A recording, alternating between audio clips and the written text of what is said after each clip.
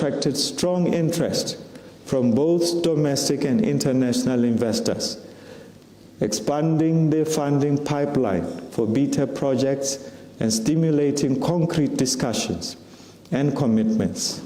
In doing so, the portal has elevated Botswana's development agenda onto the regional and global stage, reinforcing government's strategic shift toward a private sector-led, export-oriented economy. Mr. Speaker, as part of BTEP-led process, stakeholders undertook a comprehensive review to identify priority legislative and regulatory reforms. Reforms required to improve Botswana's business environment and unlock private sector investment. These reforms cut across key sectors, including energy, agriculture, financial services, and manufacturing, infrastructure, education, and healthcare. Mr. Speaker, relevant ministries are actively working on the identified amendments and regulatory changes to remove bottlenecks, improve ease of doing business, and enhance competitiveness. Government will provide periodic updates on the progress of these reforms, and they are central to creating a conducive environment for investment, for job creation, and the successful implementation of BTEP. Mr. Speaker, allow me to acknowledge the recent announcement of a significant financial sector reforms aimed at improving liquidity, enhancing payments efficiency, and expanding financial inclusion, which support the broader economic transformation agenda. Mr. Speaker, I wish to say a little bit about national priorities for 2026-2027 financial year. Mr. Speaker, let me say a little bit about export growth and the diversified economy. Mr. Speaker, government is steadfast in its resolve to advance the private sector as a central driver of a diversified export-oriented economy and sustained economic resilience. This commitment is consistent with deepening private sector participation, enhancing enterprise competitiveness, and accelerating the growth of scalable firms with strong export potential. Mr. Speaker, agriculture is being repositioned from subsistence and import dependence to a modern export-oriented agro-industrial sector built on value chains, agro-processing, and regional and global market access. Under BTEP, we are implementing 26 transformative agriculture projects that focus on crop and livestock production and processing, cold chain and logistics, and market access. Through clustering, processing hubs, and integrated logistics, Botswana aims to convert its land, its water, and its farmer base into competitive exports in meat, horticulture, nutraceuticals, and high-value crops. As an example, Mr. Speaker, one of the BTEP agriculture-based cluster projects is set to make its first confirmed export of moringa to Germany in, let me say, shortly after Valentine's.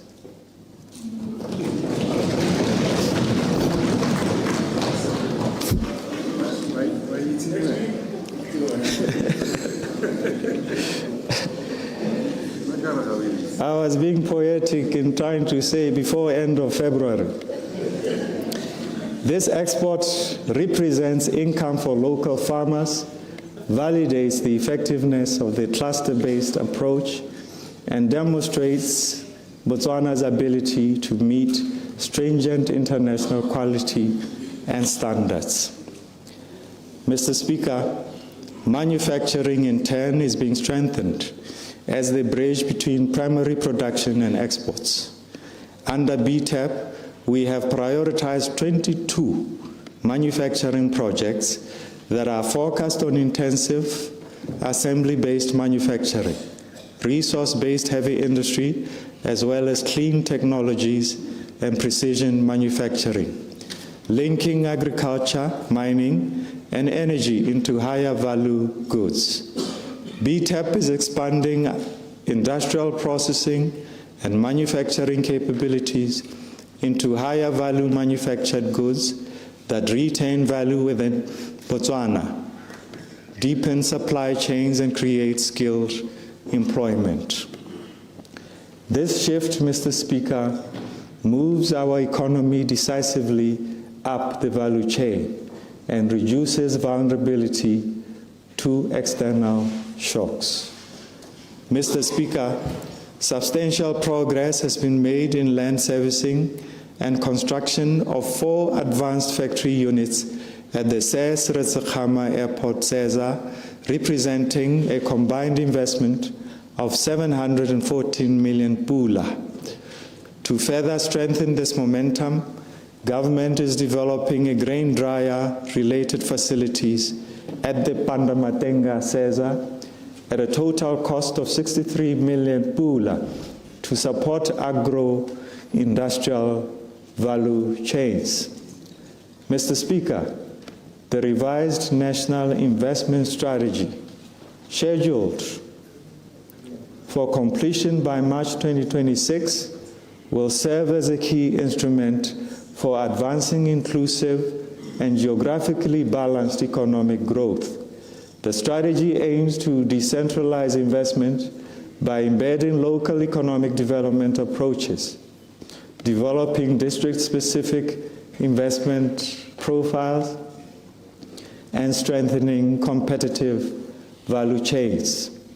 By adopting this context-specific district focus, the strategy aims to reduce existing growth disparities, accelerate development in historically underdeveloped districts, and ensure that all districts advance towards comparable levels of development.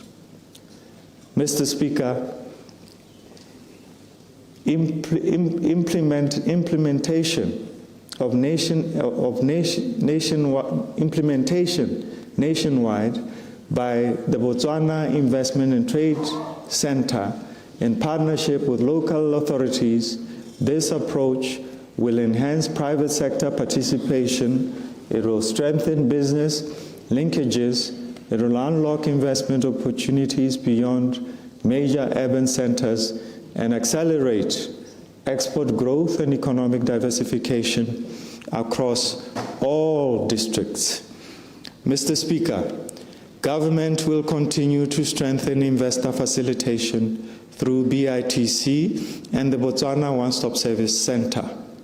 Ongoing reforms aimed at simplifying permits, licenses, approvals, and the direct issuance of investor visas will significantly reduce regulatory bottlenecks. It will fast-track project implementation and further enhance Botswana's overall ease of doing business. Mr. Speaker, significant progress has been made to enable the private sector to fully leverage the opportunities presented by the African Continental Free Trade Area, AFCFTA agreement. A key milestone in this regard is the completion of a national AFCFTA implementation strategy for Botswana in July 2025. The strategy identifies the country's areas of comparative advantage to support economic diversification while also outlining priority value chains that can be developed to enhance Botswana's trade potential within the AFC-FTA framework. This milestone strategically positions Botswana to tap into the vast African market of 1.3 billion people, unlocking opportunities for export diversification, value chain integration, and broader economic gains. Mr. Speaker, I wish to say a little bit about human capital and social development.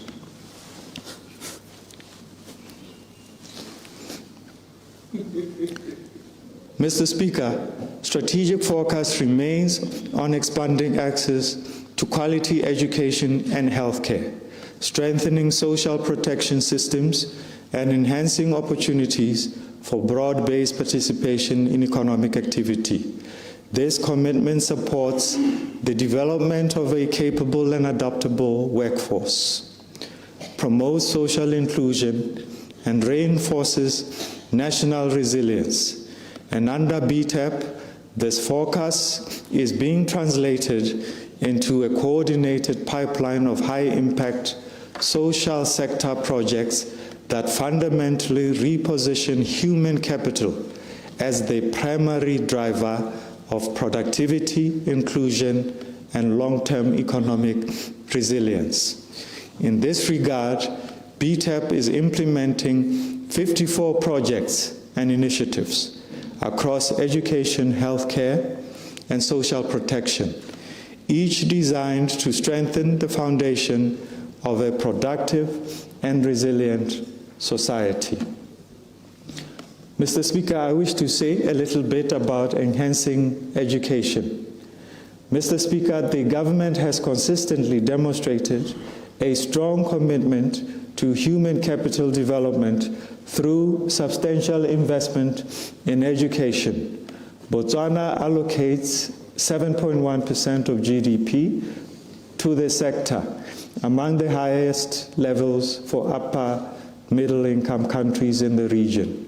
However, education outcomes have not kept pace with this level of investment, resulting in a persistent mismatch between spending and performance.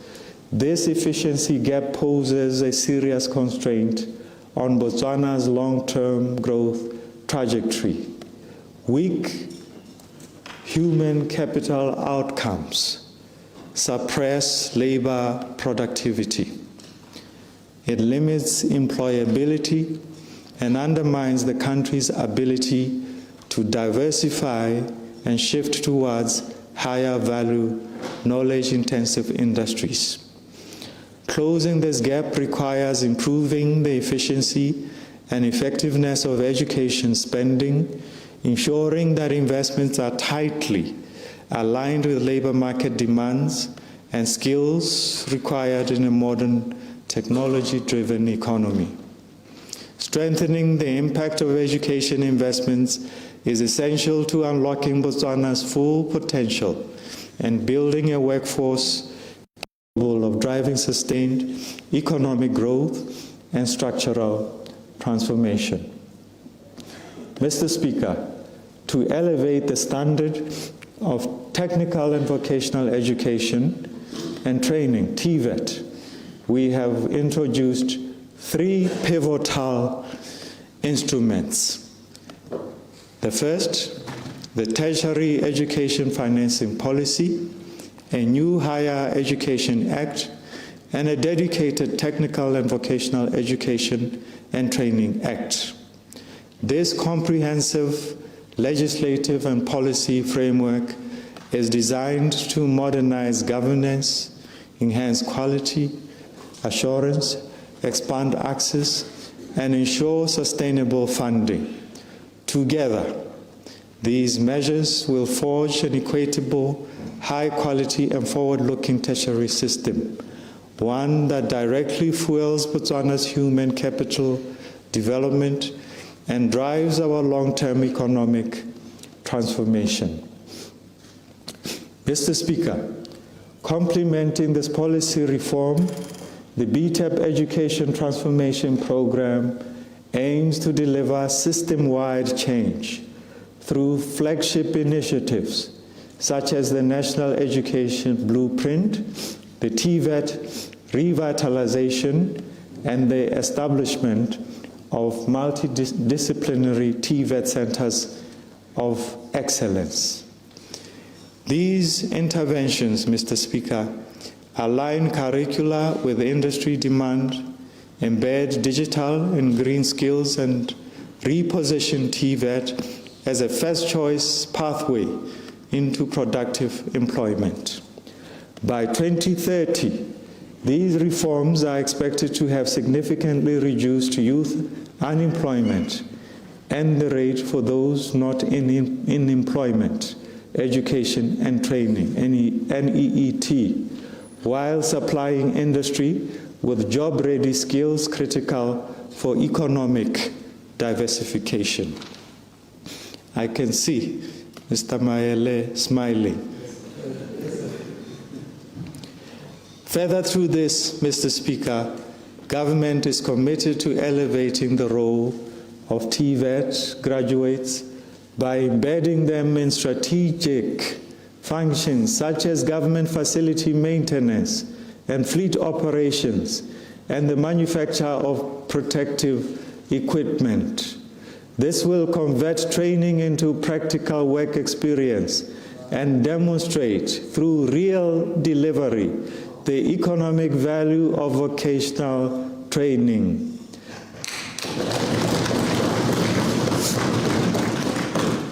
This initiative ensures that technical skills are harnessed effectively, creating pathways for youth employment while enhancing the capacity of public services and demonstrating the strategic value of vocational training in national development.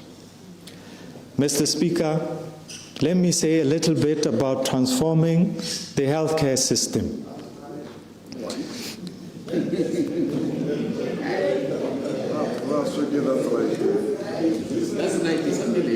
Mr. Speaker, government continues to invest substantial resources in healthcare, in the healthcare system. However, these expenditures have not yet translated into commensurate improvements in disease outcomes.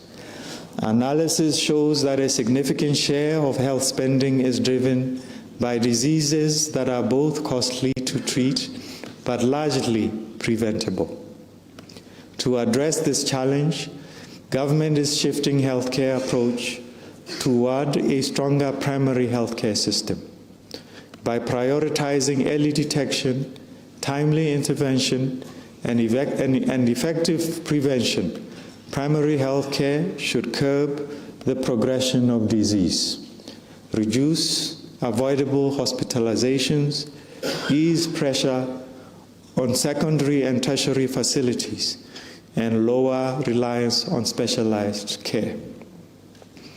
Mr. Speaker, this shift is expected to improve health outcomes while enhancing efficiency and sustainability in healthcare financing. Mr. Speaker, the government has embarked on a comprehensive reform program aimed at transforming the central medical stores into a fully modernized, performance-driven organization in the next financial year. This reform is expected to reduce government expenditure on medical supplies by 30 to 40% within 5 years through improved procurement, through efficiency and digital inventory management, as well as strategic sourcing. The transformation of CMS will significantly strengthen medicine availability, reduce wastage, and enhance the overall resilience of the healthcare system. The legislative process to modernize and strengthen governance and operating model of the CMS will commence before the end of the financial year. Mr. Speaker, government's long-term strategy to achieve universal health coverage and ensure that all Botswana have equitable access to quality health care services without financial hardship is underway. The introduction of the National Health Insurance responds to the growing pressures on the health system, including rising healthcare costs, changing disease patterns, and the need for a more sustainable and predictable health financing model. National policy formulation and extensive stakeholder consultations are ongoing.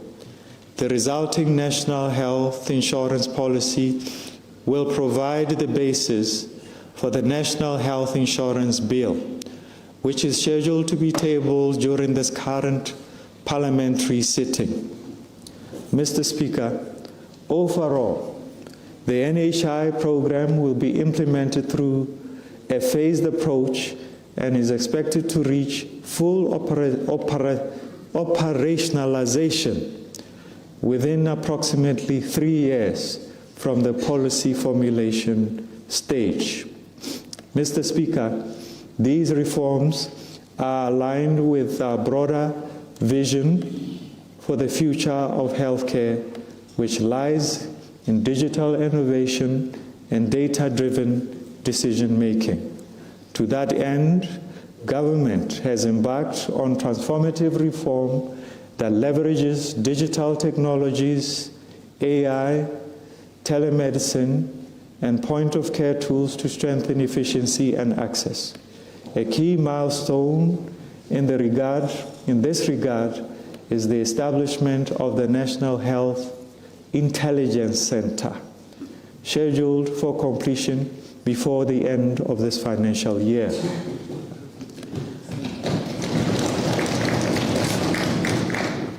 This center will serve as a national platform for collecting, processing, and analyzing real-time health data across all levels of health workers in villages to tertiary referral hospitals.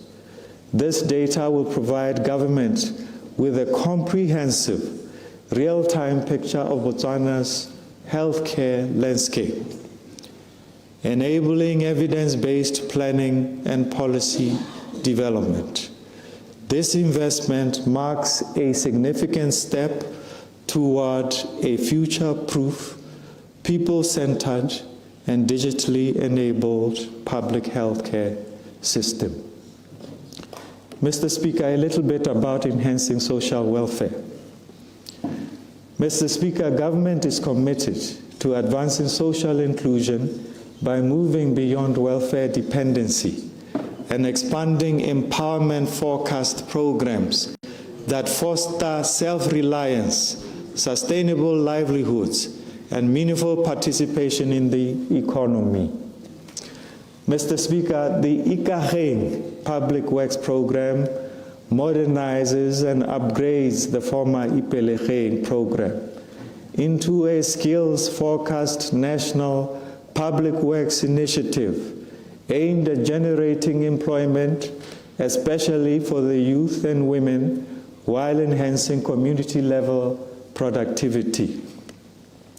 It represents a decisive shift from welfare-based relief to a performance-driven public employment model in which remuneration is linked to productivity, adherence to quality standards, and measurable outputs.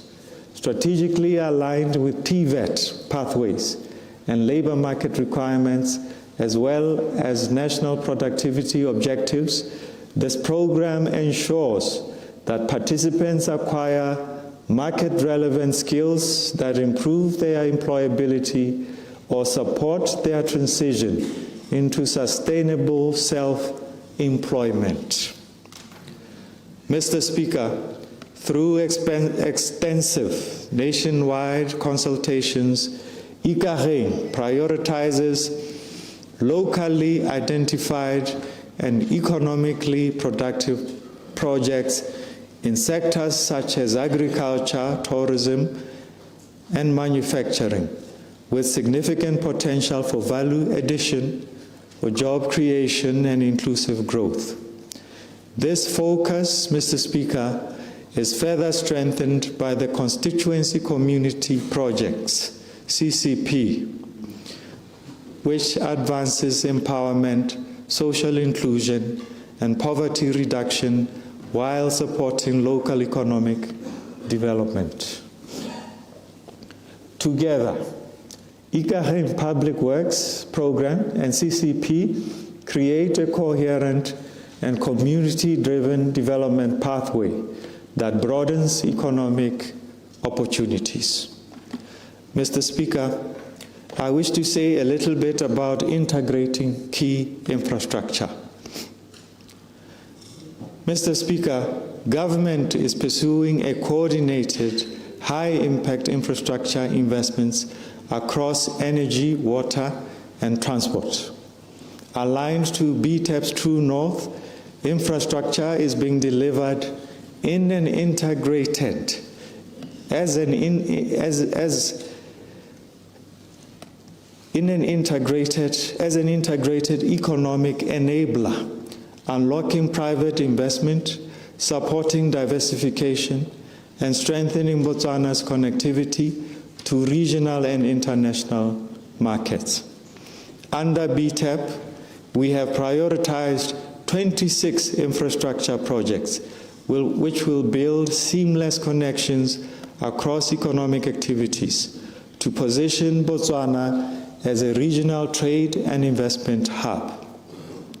Mr. Speaker, to address water supply and sanitation challenges, government continues to expand and upgrade critical water and wastewater infrastructure.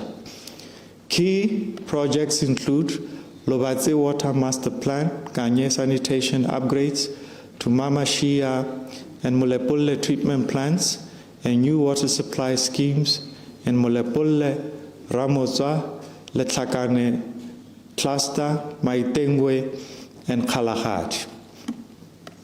Mr. Speaker, domestic electricity generation currently meets only 63 to 70% of national demand, with imports costing approximately 3.4 billion annually. Government will accelerate implementation of the revised integrated resource plan through new generation projects, independent power producers, and expanded transmission infrastructure. Mr. Speaker, substantial investment continues in roads and transport infrastructure to improve mobility, trade, and access to services. Projects include urban road upgrades in Tlokweng, Mogoditsane, and Maung, the Sesre International Airport Junction dual carriageway, and major road reconstructions such as Mankgodi Jwaneng and Natagweta. Additionally, Mr. Speaker, government is advancing rail and aviation infrastructure to strengthen regional and international connectivity. Feasibility studies for regional rail links are progressing alongside planned expansions of Maung International Airport and cargo facilities at the Sesre International Airport. These investments, Mr. Speaker, position Botswana as a logistics, tourism, and trade hub within the region, supporting export growth and economic diversification. Mr. Speaker, let me say a little bit about innovation and digital transformation. Mr. Speaker, the Villages Connectivity Program across the country, expansion of optic fiber infrastructure to villages located far from commercial backbone networks and fast-growing settlements are being accelerated. The expansion will not only improve speed and reliability, but make it affordable for households, for schools, for clinics, and for local businesses. Mr. Speaker, government remains steadfast in its commitment to making public services simpler, faster, and accessible. Accordingly, We continue to accelerate the migration of key services onto the integrated e-services platform project, the One Gov One Citizen platform. To date, 52 e-services are available online to the public, while a further 179 public-facing e-services have been developed and are undergoing integration testing, which is expected to be completed by the end of the financial year. These advancements, Mr. Speaker, will reduce queues, shorten processing times, improve service delivery, and create an enabling environment that supports enterprise activity, broad-based participation, and sustained economic expansion. Mr. Speaker, government will expedite the Botswana National Digital Identification System, which is a secure, interoperable digital ID platform. This will enable trusted authentication across public and private services. This reform will improve efficiency, it will reduce duplication, and strengthen the integrity of public systems by enhancing identity verification, combating fraud, and supporting data-driven service delivery.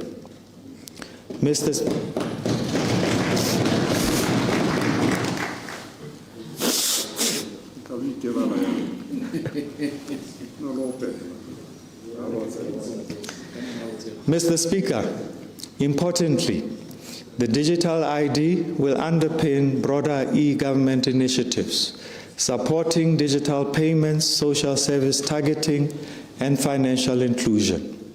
Overall, this initiative represents a foundational investment in digital infrastructure that will strengthen governance, that will improve service delivery, and position Botswana to fully participate in the regional and global digital landscape. Mr. Speaker, I wish to say a little about macroeconomic performance and outlook. The global economic outlook. Mr. Speaker, global economic conditions remain fragile amidst persistent geopolitical tensions, amidst tightening financial conditions, amidst elevated public debt, amidst climate-related disruptions and sluggish growth. The IMF Fund's January 2026 World Economic Outlook update projects global growth to remain unchanged at 3.3% in 2026. Advanced economies are projected to grow by 1.8% in 2026 from 1.7% in 2025. The World Economic Outlook projects growth in emerging market and developing countries to moderate from 4.4% in 2025 to 4.2% in 2026, reflecting slower momentum in key economies such as China and India. Mr. Speaker, in the sub-Saharan African region, economic activity is projected to strengthen, with growth rising from 4.4% in 2025 to 4.6% in 2026, supported by continued macroeconomic stabilization and reform in major economies, including Nigeria and South Africa. Growth prospects across the Southern African Development Community, SADC, and the Southern African Customs Union, SACU, are anticipated to improve modestly during the same period. The SADC region is projected to grow from 2.9% in 2025 to 3% in 2026, while the SACU region is expected to follow a similar trajectory, with output growth increasing from an estimated 1.2% in 2025 to 1.3% in 2026. Mr. Speaker, let me say a little bit about domestic economic developments. Economic growth and outlook, Mr. Speaker. Mr. Speaker, the domestic economy is estimated to have contracted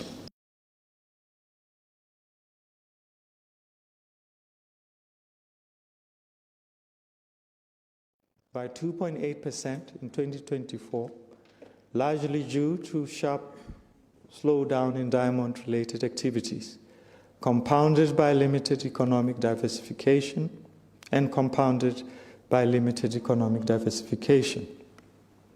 This contraction, Mr. Speaker, is expected to persist into 2025, with growth projected at minus 0.4%. The latest estimates from the statistics of Botswana indicate that the economy remains sluggish after averaging 0.9% in the first 3 quarters of 2025. The non-mining sector provided limited support as key industries such as manufacturing, transport and storage, and construction slowed, reflecting the economy's strong dependence on diamond-financed government spending. Mr. Speaker, the domestic economy is estimated to rebound to 3.1% in 2026.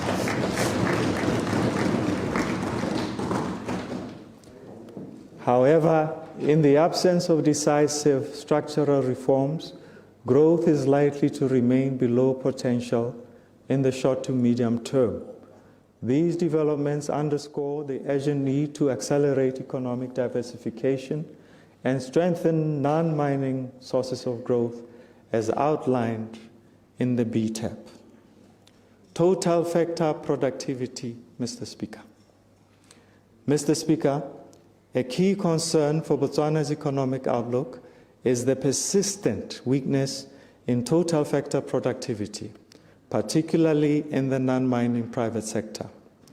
Total factor productivity growth in 2024 was minus 1%, down from 0.3% in 2023, reflecting inefficiencies in the use of capital and labor, slowing capital accumulation, and weak employment growth. Prior to this, Mr. Speaker, total factor productivity growth had recorded modest gains in 2021 and 2022, largely driven by post-COVID base effects. Inadequate infrastructure maintenance has reduced overall return on capital. Government remains steadfast in tackling these structural challenges by reducing its footprint in the economy and accelerating private sector-led growth through the implementation of BTEP, coupled with the prioritization of infrastructure maintenance, strengthening of skills development, streamlining of regulation, and enhancing productivity across value chains, providing time-bound pathway to economic diversification. A little bit, Mr. Speaker, about inflation, monetary policy, rate, and the financial sector. Mr. Speaker, inflation remained relatively subdued in 2025. As of December 2025, annual inflation stood at 3.9% compared to 1.7% in December 2024. Looking ahead, Mr. Speaker, inflation is expected to rise in 2026, temporarily breaching the upper limit of 3 to 6% objective range by mid-year, then moderate back within the band in the latter part of the year. In response to the low inflationary environment, the Bank of Botswana kept the monetary policy rate unchanged at 3.5% in December 2025, following its earlier increase from 1.9% to 3.5% in October 2025. This policy stance, Mr. Speaker, was aimed at strengthening monetary policy transmission, particularly through the effective use of monetary operation tools and the management of market liquidity. Mr. Speaker, according to the Financial Stability Council's report released in November 2025, the domestic financial system remains resilient and continues to produce financial services to households and businesses without significant constraints. However, the Council noted the persistence of macro-financial risks, including subdued economic activity, including liquidity distribution challenges, including climate-related vulnerabilities and sector-specific weaknesses.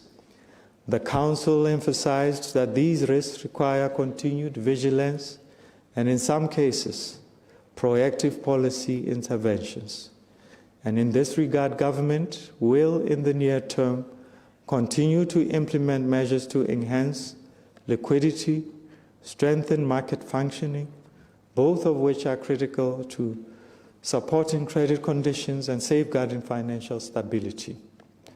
At the same time, Mr. Speaker, we will address and we will have to address the growing household indebtedness and its associated risks by fostering a robust culture of savings and long-term investment among citizens. This will be further supported by measures to strengthen financial literacy from an early age, thereby equipping future generations with knowledge and skills necessary for sound economic decision-making. Mr. Speaker, a little bit about external sector and foreign exchange reserves. Mr. Speaker, the external sector remained under significant pressure in 2025, with the merchandise trade account recording a cumulative deficit of 15.32 billion between January and November 2025.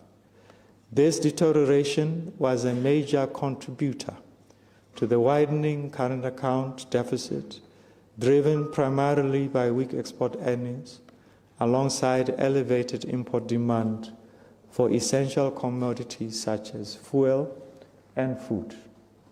The overall outlook for 2025 suggests a persistence of external imbalances, reflecting subdued diamond export receipts and continued demand for critical imports. Mr. Speaker, consequently, conditions in the foreign exchange market have tightened.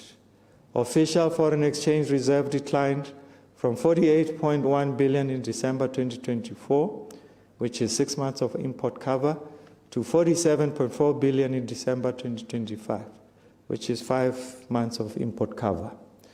This trajectory, Mr. Speaker, is increasingly unsustainable and poses mounting risks to macroeconomic stability. Mr. Speaker, to address these vulnerabilities and safeguard reserve adequacy, the exchange rate policy framework was recalibrated in July 2025 and January 2026. These measures were also designed to deepen the interbank foreign exchange market and support the sustainability of external balances. Their impact has been clearly positive. And as reflected by a reduction in the Bank of Botswana's foreign exchange sales to commercial banks from a monthly average of over 4 billion to 3 billion. This development is consistent with our objective of safeguarding foreign exchange reserves and indicates a more efficient and market-responsive foreign exchange environment.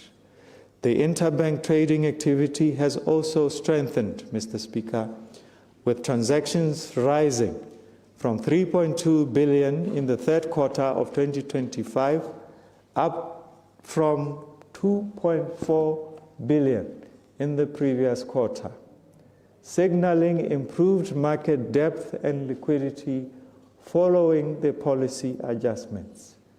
Mr. Speaker, without these interventions, projections holdings completely, and I mean completely, by the first half of 2026. Further adjustments, Mr. Speaker, in January 2026 included reducing the Bank of Botswana foreign exchange buy rate from 7.5% to 3% relative to central parity, while maintaining the sell rate at -7.5%. The introduction of asymmetric trading margins strengthens export competitiveness by enabling exporters to receive more pula per unit of foreign currency and support foreign exchange reserve accumulation.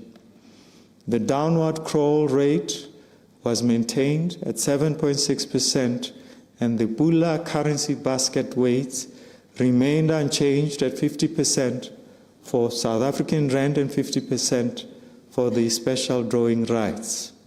Mr. Speaker, overall, these adjustments are expected to continue supporting external sustainability, preserving official reserves, and reinforcing the resilience of the exchange rate regime while maintaining policy flexibility. Mr. Speaker, a little bit about net financial asset position. Mr. Speaker, persistent budget deficits in recent years have increased government's financing needs and led to a substantial depletion of the government investment account, leaving limited room for further drawdowns. Combined with a sharp decline in revenue inflows, this has reduced the GIA to historically low and unsustainable levels. As at November 2025, the GIA stood at 2.91 billion, far below the historical peak of 37.2 billion recorded in 2014, severely constraining government's ability to rely on reserves to finance future deficits. The government net financial assets position has deteriorated significantly over the past 2 decades. In 2008, Mr. Speaker, the NFA stood at roughly 40% of GDP, but by 2024 had shifted to a negative 30.1% of GDP, reflecting a substantial drawdown of fiscal buffers and increased reliance on debt financing. This underscores, Mr. Speaker, the need for sustained fiscal consolidation through strengthening revenue mobilization and prudent expenditure containment. Restoring a positive net asset position would not only enhance macro fiscal stability, but would also support sovereign creditworthiness. Mr. Speaker, in this regard, government will continue to implement its fiscal strategy focused on rebuilding financial buffers, enhancing the economy's capacity to absorb shocks, and ensuring long-term fiscal and debt sustainability. Mr. Speaker, these measures will be implemented in a disciplined and gradualist manner to ensure that public debt and